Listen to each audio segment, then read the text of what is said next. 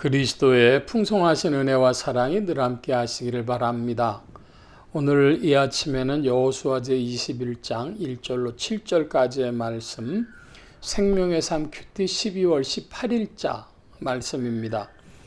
21장 1절입니다. 그때 레위 사람의 족장들이 제사장 엘르아살과 눈의 아들 여호수아와 이스라엘 자손의 지파 족장들에게 나와 가나안 땅 실로에서 그들에게 말하여 이르되 여호와께서 모세에게 명령하사 우리가 거주할 성읍들과 우리 가축을 위해 그 목초지들을 우리에게 주라 하셨나이다 하며 이스라엘 자손의 여호와의 명령을 따라 자기의 기업에서 이 성읍들과 그 목초지들을 레위 사람에게 주니라. 그핫 가족을 위하여 제비를 뽑았는데 레위 사람 중 제사장 아론의 자손들은 유다 지파와 시므온 지파와 베냐민 지파 중에서 제비 뽑은 대로 13성읍을 받았고 그핫 자손들 중에 남은 자는 에브라임 지파의 가족과 단 지파와 므낫세 반 지파 중에서 제비 뽑은 대로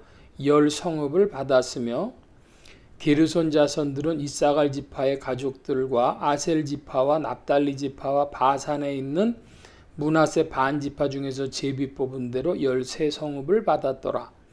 무라리 자손들은 그 가족대로 르우벤 지파와 갓 지파와 스불론 지파 중에서 12성읍을 받았더라.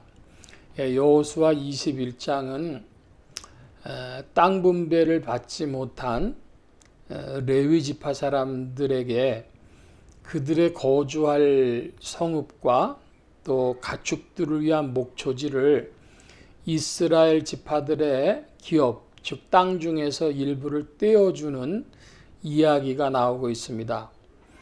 레위 지파는 크게 세 지파로 나눠지는데 그앗 자손, 게라리 자손, 무라리 자손, 게르손 자손, 무라리 자손 이렇게 세 자손들로 크게 나눠지는데 그 중에서도 그앗 가족들 중에서는 아론의 그 자손들이 있고 또 나머지 그앗 자손들이 있는 것이죠. 그래서 이 대제사장 직분을 대를 이어서 감당해야 될 아론의 자손들을 따로 이야기하자면 네 자손이 되겠고 이제 그앗 자손에 이들을 포함시킨다면 크게 세 부류의 가족이 되겠습니다. 그래서 레위인들의 땅을 나누어 주었다. 오늘 말씀의 중점이 되겠는데 그렇다면 21장 8절 이하에서는 좀 더 구체적인 이야기가 나오겠죠. 그래서 1절로부터 7절 사이에는 레위 지파 자손들에게 이스라엘이 가지고 있는 땅 중에서 나누어 주었다. 그 말씀이 되겠습니다. 자, 이것은 오늘날 그리스도의 몸된 교회 안에서 무엇으로 이해를 하느냐? 그러면 목회자들, 그 목회자들의 생활을 누가 어떻게 할 것이냐? 그래서 두 가지인데 하나는 그 교회가 목회자들의 생활을 감당하도록 힘써야 된다. 그래서 그 일을 위해서 무슨 감사도 있고 11조도 있고 한 그런 예물들의 주요 부분이 한 3분의 1 정도가 목회자들의 생활비 부분이 되겠습니다. 좀 더 풀어 말씀드리면 교회 재정이 크게 세 부분이 되어지는데요. 교회 내부의 운영비, 또 목회자들의 생활비, 그리고 선교비, 이렇게 선교 구제를 위해서 외부로 나아가야 될 재정, 이렇게 세 부분이 되겠습니다. 그런데 목회자들 본인들도 그렇고 성도들도 그렇고 목회자들이 생활비 내놔라 하는 말을 교회 안에서 하기가 쉽지 않죠. 또 성도들도 뭐 교회에 대해서 좀 익숙한 분들은 알지만은 그 재정적인 문제를 그렇게 내세우는 것이 좀 낯설기도 하고 덕도 안 되는 것 같고 그러니까 별로 그 부분을 잘 이제 신경을 안 쓰는 이들도 있고 합니다.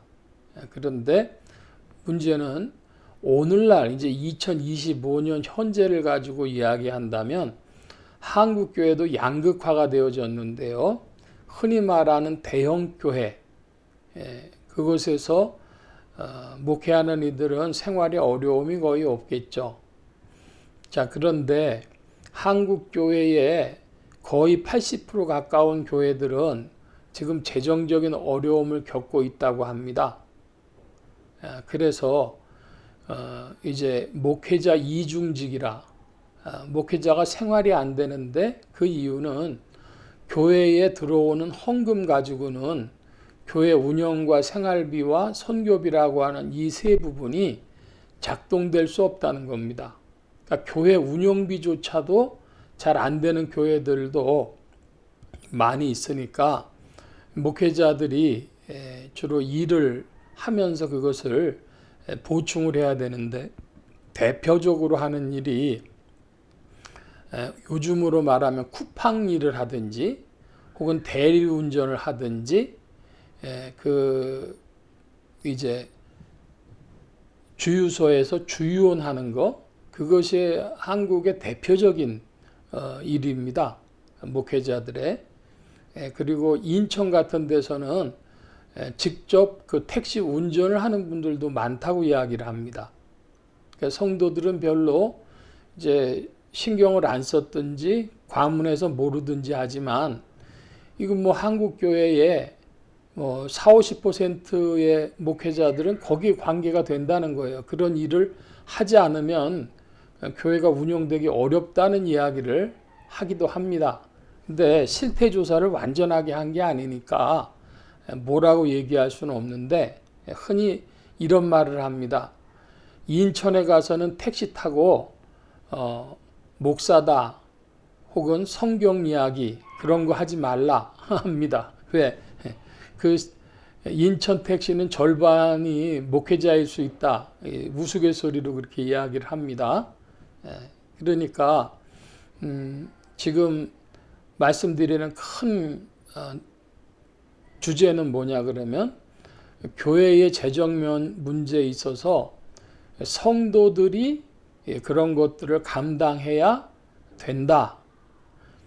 그런데 이제 현실로 돌아오면 큰 교회는 되는데 작은 교회가 안 돼서 목회자 이중직이라고 그런 노동을 하는 목회자들을 어떻게 볼 것이냐 할 때에 통합 측 장로교 또 합동 측 장로교 총회에 모두 이중직 안건이 올라갔지만은 2024년, 2025년에 모두 다 부결됐습니다. 그러니까 나이 드신 목회자들조차도 그걸 받아들이기가 어려운 겁니다. 그러니까 성도님들도 더 그러시겠죠. 그래서 오늘 이 현실의 괴리 이 부분을 해결해야 된다. 원칙으로는 교회가 목회자들의 생활을 감당해야 되는데 그렇지 못할 때 어떻게 할 것이냐. 그것은 사도 바울의 정신으로 돌아가서 자비량 선교가 성경이 제시하는 방법이다. 그 말씀으로 크게 정리하겠습니다. 오늘 말씀 여기까지 봅니다. 기도합니다. 만복의 근원 되신 하나님 함께해 주셔서 이스라엘 중에 레위 지파의 몫을 얻은 것을 봅니다.